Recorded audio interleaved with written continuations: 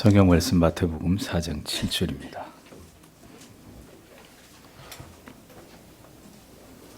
마태복음 4장 7절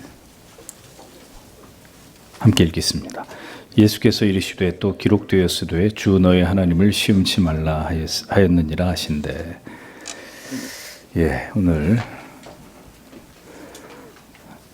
웨스트민스터 대교리 문답 105문 제1계명의 금한 죄들은 무엇인가, 오늘 세 번째 묶음에 대해서 해설을 하도록 하겠습니다. 오늘 해설할 부분에 대해서 읽어드리겠습니다.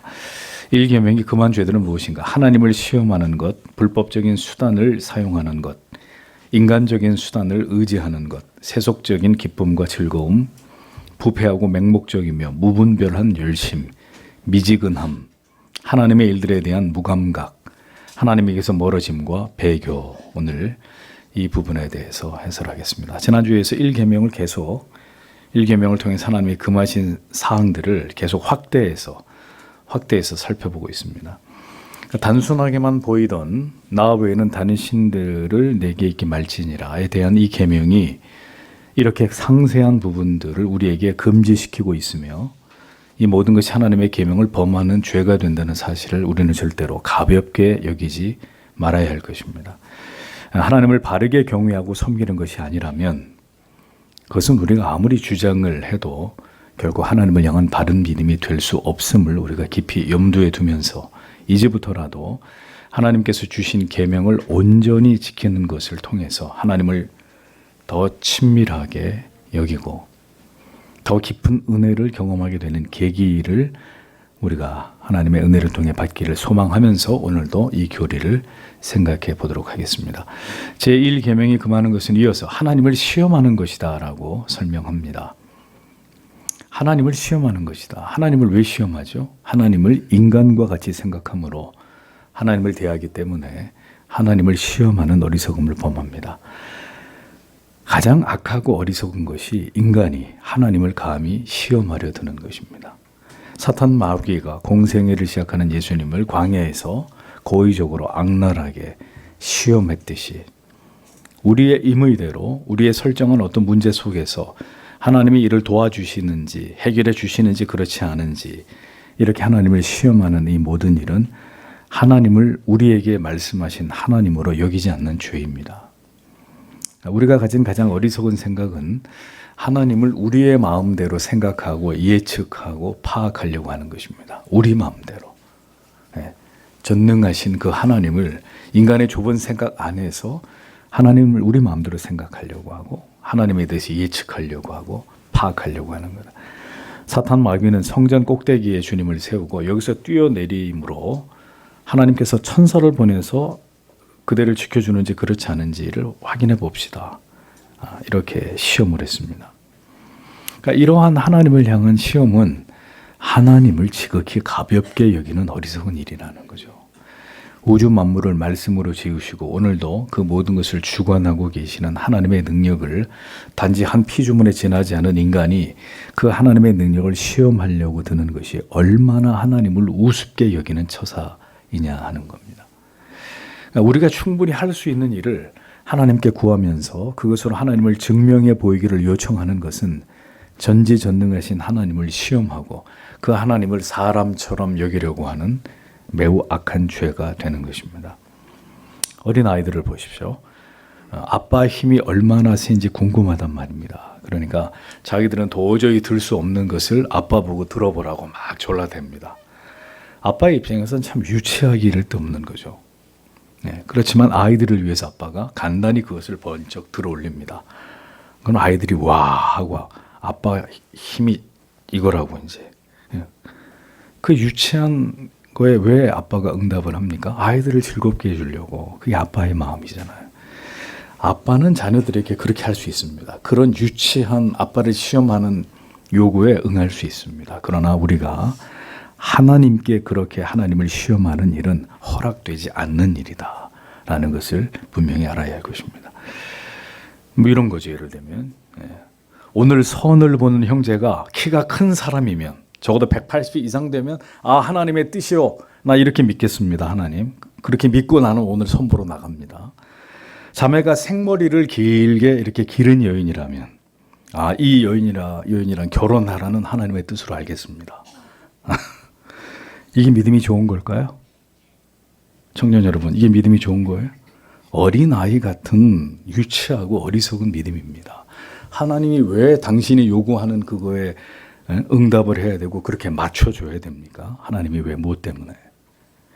그러니까 이런 식의 매사에 그렇게 하나님을 시험하는 것은 1계명에서 금한 것이다 라는 것입니다. 다음으로 1계명이 금하고 있는 것은 불법적인 수단을 사용하는 것입니다. 성도가 불법을 사용해서 어떤 일을 행하는 게 왜 죄가 됩니까? 성도가 불법을 행하는 게 왜 죄가 되죠? 그것은 하나님의 존재하심을 불신하는 것이기 때문입니다. 하나님도 법을 지킴으로 오히려 손해를 보게 될 나를 도우실 수 없고, 불법적인 것이 지금 세상의 관행이라면 그렇게 해서라도 유익을 얻는 것은 아무 문제가 되지 않아. 이렇게 생각하는 것. 불법적인 수단을 성도가 아무렇지도 않게 사용하는 것. 하나님을 우습게 여기는 것입니다. 하나님을 인정하지 않는 것입니다. 목적이 선하면 하나님을 의지하며 그 방법도 선하게 올바르게 합법적으로 행하는 것이 하나님을 인정하고 하나님을 신뢰하는 성도의 자세입니다. 하나님을 절대적으로 신뢰할 때 성도는 모든 결과를 하나님께 맡겨야 합니다. 법을 지켜서 설령 손해를 보게 되더라도 그 길을 걸어가는 것이 살아계시는 하나님을 인정하고 신뢰하는 길입니다. 하나님께서 모든 것을 보고 계시고 알고 계심을 믿고 모든 것을 하나님의 손에 맡기는 거예요. 설령 이렇게 하는 것이 나에게 불이익이 되더라도 하나님이 보고 계신다. 하나님이 나의 의로움을 알고 계신다. 그러면 하나님께서 이 문제를 해결하실 것이다. 이게 믿음이라는 거죠. 그런데 하나님을 믿지 않으니까 인간의 방법으로 어떻게 해서도 문제를 해결하려고 하는 거예요. 그것은 하나님을 불신하는 게 되는 것입니다. 우리는 세상에 불완전한 법을 믿는 자들이 아닙니다. 우리는 하나님과 하나님의 법을 믿는 자들입니다. 그러니까 세상의 법이 우리에게 불이익을 주더라도 우리는 정직하고 성실하고 하나님 앞에서 법을 지켜 행하는 자들이 되어야 합니다. 하나님께서 결국 모든 것을 선악간에 판단하시고 정의와 공의 가운데 이루실 것이라는 사실을 우리가 믿기 때문이죠. 결국 악인을 보응하시고 의인을 신원하시며 높이시는 하나님이심을 믿기에 성도는 모든 세속의 불법적인 관행이나 수단들을 금하고 생각조차 하지 않는 것입니다. 그렇게 할 생각도 하지 않는 거예요. 모든 것이 하나님 앞에서 합당하고 성도 여러분 합법해야 합니다. 그것이 하나님을 진정으로 경외하고 신앙하는 성도의 삶의 모습입니다. 시도 때도 없이 법을 어기거나 편법으로 혹은 뇌물을 이용해서 일하는 이들이 그리스도인들이라면 우리는 세상에 대해서 하나님이라는 신은 존재하지 않소라고 광고를 하는 것이나 마찬가지일 것입니다. 그래서 이 또한 1계명을 어기는 일이 된다라는 사실을 성도는 잊지 말아야 합니다. 이어서 인간적인 수단을 의지하는 것입니다. 성도 여러분, 인간적인 수단은 우리가 생각할 때 가장 쉬운 길이고 가장 합리적으로 여겨지는 길입니다. 우리가 온전히 하나님을 신뢰하고 그 법을 두려워하지 않는다면 우리는 필연 내게 찾아온 위기의 순간에서 인간적인 생각과 방법에 의존하게 될 것입니다. 내가 지금 취할 수 있는 이 결정과 이 행동이 하나님이 보실 때 옳으냐 그르냐 이게 제일 먼저 우리 머릿속에 떠올라야 되는데 이게 지금 내가 할 수 있는 일이냐 없는 일이냐 내가 해도 되는 일이냐 안 되는 일이냐 이걸 먼저 생각한다고요. 그러니까 급한 불부터 끄고 보자는 논리로 우리는 신자의 양심상 허락되지 않는 방법을 택할 수도 있는 것이죠. 그 함정에 빠져드는 것입니다. 그러므로 항상 모든 것이 내 뜻대로 내 생각대로 내 계획대로 되어야 한다는 생각을 버리십시오. 그럴 때 무리수를 두게 되는 것입니다. 무리수를. 하나님이 때로는 안 되라고 막으시는데 거기서 인간의 방법을 가지고 하나님의 계명을 법을 어기면서 무리수를 둔단 말이죠. 신자가. 인간적인 수단이 동원되는 것입니다. 그 자체가 하나님 앞에 죄가 되는 거예요. 그 결과가 어떻게 됐든 간에 그것은 하나님 앞에 명백한 죄가 되는 것입니다. 인간적인 수단은 그대로 인간이 할 수 있다고 여겨지는 모든 방법들을 말하는 것입니다. 믿음을 전혀 동원하지 않고 믿음을 필요로 하지 않고 인간이 그냥 해낼 수 있는 일들을 가리킵니다. 그러나 하나님이 원하시는 것은 이런 인간적인 수단이 아닙니다. 인간을 의지함으로 되어지는 모든 일들은 하나님하고 상관없는 일입니다. 살아 역사하시는 하나님의 도우심으로 하나님의 방법으로 하나님의 때에 이루어질 것임을 믿는 것이 바로 1계명을 굳게 지키면서 살아가는 성도의 삶입니다. 그러므로 하나님보다 앞서려고 하지 마세요. 사람의 생각으로 사람의 방법으로 하나님보다 앞서려고 하지 마십시오. 여러분의 생각을 고집하지 마십시오. 우리의 모든 생각과 결정들을 진리 안에 하나님의 법 아래다 두십시오. 사람의 생각대로 사람의 수단으로 이루어질 수 있는 하나님의 뜻은 존재하지 않습니다. 그것이 이루어졌다면 우리는 분명히 내가 그 일을 했다고 주장하면서 내 자신을 높일 것입니다. 살아 역사하시며 모든 것을 하나님의 뜻대로 우리 안에서 이루어 나아가시는 하나님이시다라는 사실을 성도는 기억해야 되는 것입니다. 허락하심이 하나님의 뜻이라면 이루어질 것이고 허락하지 않으심이 하나님의 뜻이라면 어떤 방법으로도 그 일은 이루어지지 않을 것입니다. 그러니까 인간적인 수단이 때로는 모든 하나님이 행하고자 하시는 일들을 회방하고 그르치게 되는 일이 될 수 있다. 여러분 이것을 꼭 기억하셔야 됩니다. 오직 하나님만이 나를 도우시고 그 뜻을 내 안에서 이루어 가심을 믿고 모든 사람의 수단과 방법을 사람을 통한 일들에 대한 유혹을 뒤로 하고 잠잠히 기다리면서 하나님에 의해서 모든 일들이 이루어지기를 소망하십시오. 그것이 하나님을 진정한 우리의 신으로 고백하고 인정하는 성도의 삶이 되는 것입니다. 그 다음에 세속적인 기쁨과 즐거움을 추구하는 것 또한 1계명이 금하고 있는 것이다. 이렇게 교리가 설명을 합니다. 우리가 이 세상을 살아가는 동안에 기쁨과 즐거움을 추구하는 게 죄입니까? 우리는 기쁘면 안 되고 즐거우면 안 되는 거예요? 기쁨과 즐거움을 추구하는 일이 죄가 되지는 않습니다. 그러나 무엇을 위한 즐거움과 기쁨이 되어야 하는지를 생각해야 되는 거죠. 그리고 어떤 방편으로 기쁨과 즐거움을 추구할 것이냐, 신자는 이것을 고민해야 되는 것입니다. 성경은 디모데후서 3장 4절에서 말세 사람에 대해서 말씀하기를 쾌락 사랑하기를 어떻게 하나님 사랑하는 것보다 더하다고 지적했습니다. 그러니까 쾌락을 즐거움을 추구하는 게 문제가 아니라 그 즐거움을 추구하는 게 하나님보다 더하는 게 문제다. 하나님이 사랑하는 것보다 더 그것을 사랑하고 거기에 집착하고 그것에 매달리는 게 문제라는 것입니다. 하나님보다 쾌락을 더 사랑하는 것이 죄이고 그 쾌락을 세상적인 것으로부터 얻고자 하는 것이 죄가 된다라는 것을 기억해야 합니다. 마틴 로이드 존스와 찰스 스펄전은 담배를 피웠던 것으로 유명합니다. 두 분 다 훌륭한 목사님들입니다. 그들의 양심은 이에 대해서 자유했기 때문입니다. 그러나 다른 이에게 덕이 되지 않고 그것에 의존하지 않고는 마음에 엄청난 이 불안감을 어느 날 느끼게 되었을 때 두 목사님들은 하루아침에 이것을 다 모두 끊어버렸습니다. 그러니까 그런 즐거움에 취하거나 의존되어서 하나님으로부터 오는 참 평안을 맛볼 수 없음에 대해서 이분들은 단호한 결단을 내린 거죠. 세속도 우리를 기쁘게 할 때가 있습니다. 좋은 집에 이사를 하고 좋은 차를 구입을 하고 좋은 옷을 입고 맛난 음식을 먹는 거 우리 본성을 충족하게 할 수 있는 일들입니다. 그러나 그것이 우리가 누리는 기쁨과 위로의 본질이 될 수는 없다는 거예요. 본질이 될 수는 없다. 있으면 지나치지 않은 사치와 허영이 아닌 범위 안에서 누리고 없어도 그것으로 인해서 과도히 불행해진다고 여기지 않을 수 있는 그것이 없으면 나는 살 맛이 안 나. 이거는 성도의 삶이 아니라는 거예요. 우리에게는 이 세상이 줄 수 없는 신령한 기쁨과 위로와 평안이 있기 때문입니다. 세속적인 것의 즐거움과 기쁨을 얻으려고 하는 그 영혼의 상태는 이미 하나님의 은혜와 사랑이 심각하게 고갈되었음을 보여주는 것입니다. 그는 예수 안에 하나님 안에서는 만족이 없고 신령한 기쁨이 없고 신자가 세상을 향해 고개를 돌립니다. 그리고 세상으로부터 어떤 기쁨을, 어떤 즐거움과 쾌락을 캐내려고 하는 것이죠. 이것이 죄가 된다는 것입니다.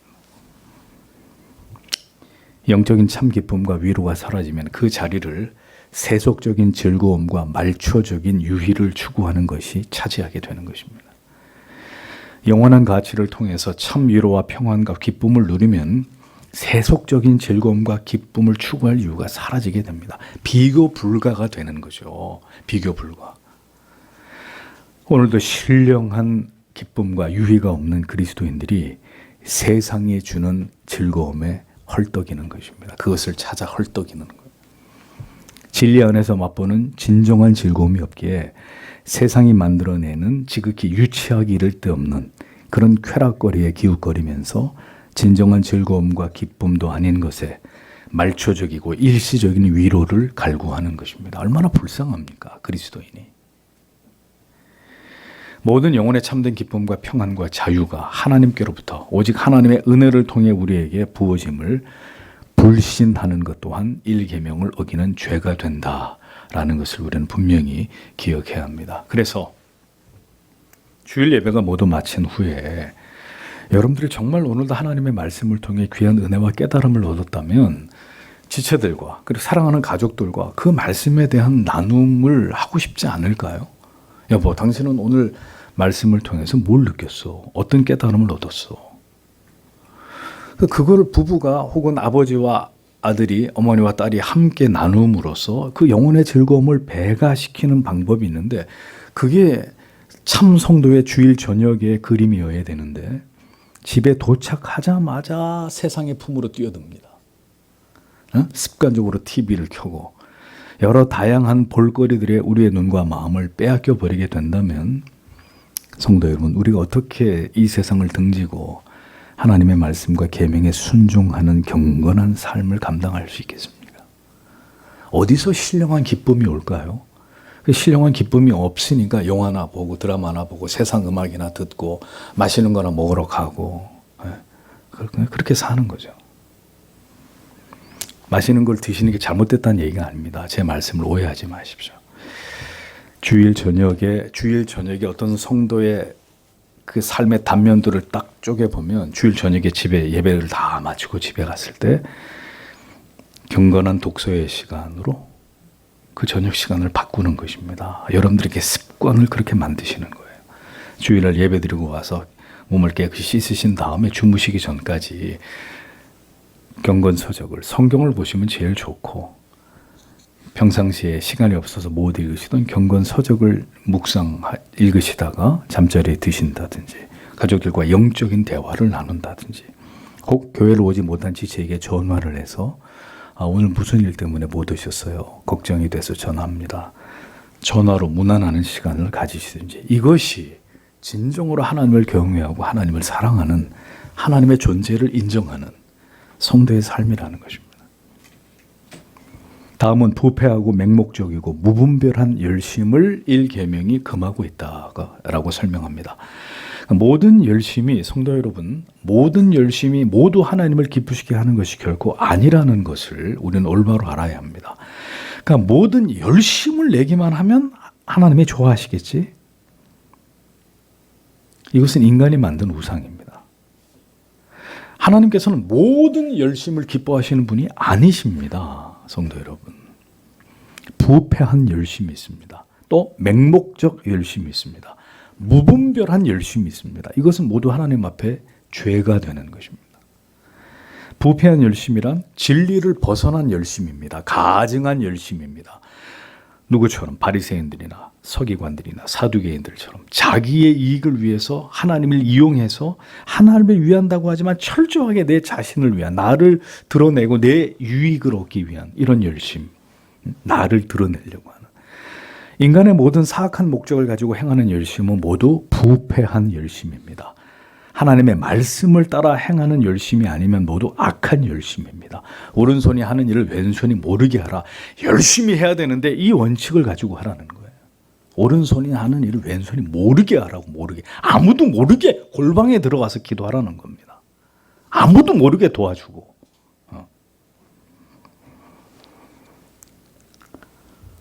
그러므로 나의 열심이 하나님께서 보실 때 악하고 부패한 것이 아닌지를 살펴야 합니다. 무지한 자의 열심이 가장 큰 위험이 되고 악이 되는 것은 열심을 행할수록 교회와 성도가 고통을 당하기 때문입니다. 그 사람이 가만히 있으면 문제가 없는데 그 사람이 열심히 어떤 걸 하면 할수록 모든 상황이 더 어려워지는 거예요. 잘못된 열심이죠. 맹목적 열심은 자기의 뜻대로 자기의 주관대로 성경에 명하는 바가 아닌 도리어 하나님의 말씀을 가로막게 되는 열심을 의미합니다. 그러니까 성경의 가르침을 따라하지 않는 모든 열심은 성도 여러분 미신입니다. 미신. 자기를 위한 열심일수록에 맹목적일 수밖에 없습니다. 왜? 무조건 복을 받아야 되고 무조건 잘 돼야 되고 무조건 형통해야 되고 무조건 병 나아야 되고 그것을 목적해서 행하는 모든 것이 맹목적인 열심이 되는 거예요. 맹목적인 열심. 그냥 믿습니다. 주여 주실 줄 이게 다 맹목적이라는 거죠. 무분별한 열심은 하나님에 대한 올바른 지식 없이 행하는 모든 열심을 의미합니다. 하나님이 어떤 분이시고 무엇을 기뻐하시고 무엇을 미워하시는지를 전혀 알지 못한 채로 열심을 내는 모든 것 하나님께 죄가 되는 것입니다. 한국 교회가 가장 많이 저지르고 있는 열심의 3종 세트입니다. 열심을 낼수록 예배는 부패하게 되고 교회는 빠르게 세속화되고 성도의 영혼은 더 공허해집니다. 왜 그럴까요? 그 모두가 하나님을 잘못 믿고 있기 때문이라는 거예요. 하나님에 대해서 이렇게 그릇된 열심을 가질 때 세상도 인간을 숭배함에 이토록 부패하고 맹목적이고 무분별해지는 것은 어쩌면 당연한 결과가 되는 것입니다. 우리가 하나님을 잘못된 열심으로 섬기기 때문에 세상도 그 하나님의 존재를 우습게 여기고 인간이라는 존재를 숭배하기 위해서 이렇게 부패하고 맹목적이고 무분별해진다. 이 같은 맥락이죠. 우리도 하나님을 향해서 부패하고 맹목적이고 무분별한 열심으로 섬기면 세상도 똑같이 하나님을 버리고 인간을 향해서 그렇게 가게 되는 것입니다. 다음은 신앙의 태도에 있어서의 미지근함입니다. 미지근함. 미지근한 게 뭐죠? 뜨겁지도 않고 차지도 않는 것입니다. 온전한 개혁파의 신앙도 아니고 그렇다고 무슨 복음주의도 아니고 이것도 아니고 저것도 아니고 혼합주의. 회심한 믿음도 아니고 그렇다고 해서 완전한 불신앙도 아니고 이도 저도 아닌 영혼의 상태. 구원의 문제에 관해서 간절함도 없고 진지하거나 열정적이지도 않은 게으르고 나태한 태도를 가리킵니다. 뭐 어떻게 되겠지. 뭐 어떻게 되겠지. 미지근한 믿음은 성도 여러분 하나님 앞에서 구원 얻기에 합당한 믿음이 아닙니다. 라오디게아 교회를 향해서 주님이 뭐라고 하셨죠? 차지도 덥지도 않은 믿음의 태도에 대해서 교회의 머리 되신 그리스도께서 뭐라고 하셨습니까? 내 입에서 너를 토해내치리라. 아예 차든지 덥든지 해야 되는데 미지근하단 말입니다. 그랬더니 주님이 내 입에서 너를 토해서 내치겠다. 지금의 이 시대의 교회는 미지근한 미온적인 열정 없는 신앙의 태도를 가진 자들로 넘쳐나고 있습니다. 여러분, 예수를 믿으신 지 10년 전과 지금의 여러분의 모습을 정직하게 비교해 보십시오. 결혼하기 이전의 믿음과 결혼을 한 이후, 가정을 가진 이후의 여러분의 신앙을 비교해 보십시오. 하나님 앞에서 진정으로 괄목할 영적인 성장과 신앙의 변화가 있었습니까? 우리의 신앙의 온도를 하나님이 재보실 때 우리 중에 상당수가 미지근한 상태라면 우리는 지금 1계명을 계속 범하고 있는 자들이라는 겁니다. 여러분, 왜 항상 이 교회가 개청한 지 10년이 넘었는데 왜 항상 거의 동일한 분들만 기도회에 나오십니까? 왜요? 우리 교회 집사님들이 몇 분이십니까? 청년 때는 그렇게 신앙에 열심히 있었던 분들이 왜 결혼을 하고 자녀를 낳은 이후에는 믿음이 더 퇴보하는 일들이 일어납니까? 그럼 왜 결혼하셨습니까? 그렇게 하면 어떻게 하나님을 기쁘시게 하는 믿음의 가정을 이룰 수 있겠습니까? 예배 시작 10분 전이 되어도 예배당의 자리가 절반이나 비어있는 일이 허다합니다. 여전히 성경을 묵상하거나 깊은 기도 없이 또 하루를 보내는 일들이 다반사인 신앙생활이 수십 년 동안 반복되고 있습니다. 여전히 주일에는 세상의 다른 일들로 분주하고 여전히 예배는 나에게 가장 중요한 가치가 아닙니다. 와도 그만 안 와도 그만. 주께서 사랑하시는 성도 여러분, 좋게 표현해서 미지근한 것입니다. 이것은 달리 말해서 하나님의 일들에 대한 무감각이고 더 깊이 들어가면 하나님에게서 멀어짐과 배교에까지 나아갈 수 있는 지극히 위험한 영적인 상태라는 것을 아셔야 합니다. 좋게 말해서 미지근한 거예요. 미지근하니까 뜨거워질 수도 있는 거잖아요. 그건 희망이 있는 얘기예요. 여기서 더 나아가면 하나님과 완전히 멀어지고 배교의 수순까지 갈 수 있는 것이다라는 거죠. 1계명이 금한 것은 그래서 하나님에 대한 무감각입니다. 이어서. 그리고 더 나아가서 하나님께로부터 멀어짐과 배교다라고 설명하고 있습니다. 영적인 미지근함이 하나님과 멀어진 은혜의 자리에서 미끄러진 성도, 거듭난 성도의 죄라면 영적 미지근함은 거듭난 성도의 죄다. 자, 그럼 영적 무감각은 하나님에 대한 무감각은 영적인 죽음의 상태로 이것은 아직 거듭나지 않은 영혼을 의미하는 것입니다. 무감각. 그러니까 미지근함과 무감각은 좀 다른 개념이에요. 미지근한 건 일시적으로 하나님과 멀어져 있는 은혜의 상태. 무감각은 하나님에 대한 아무 감각이 없는, 영적 감각이 없는, 영적으로 죽어 있는 이런 상태를 가리키는 것입니다. 그러니까 모든 불신자들의 상태이고 하나님을 알지 못하는, 알고자 하지 않는 이 세상의 상태를 말하는 것입니다. 하나님을 전혀 두려워하지 않고 그 계명을 마음대로 어기면서 신앙처럼 보이는 형식을 겨우 유지하고 있을 뿐인 영혼이 바로 하나님에 대해서 아무런 감각이 없는 사람입니다. 찌르면 아파야 되잖아요. 죄를 저질렀으면 주여, 내가 또 하나님 앞에 이 수치와 부끄러운 죄를 저질렀나이다. 양심에 즉각적으로 그 죄에 대한 반응이 있어야 되는데 방탄 영혼이에요. 아무런 그 가책이 없는 거죠. 아무런 느낌이 없는 거예요. 무감각, 하나님에 대한 무감각입니다.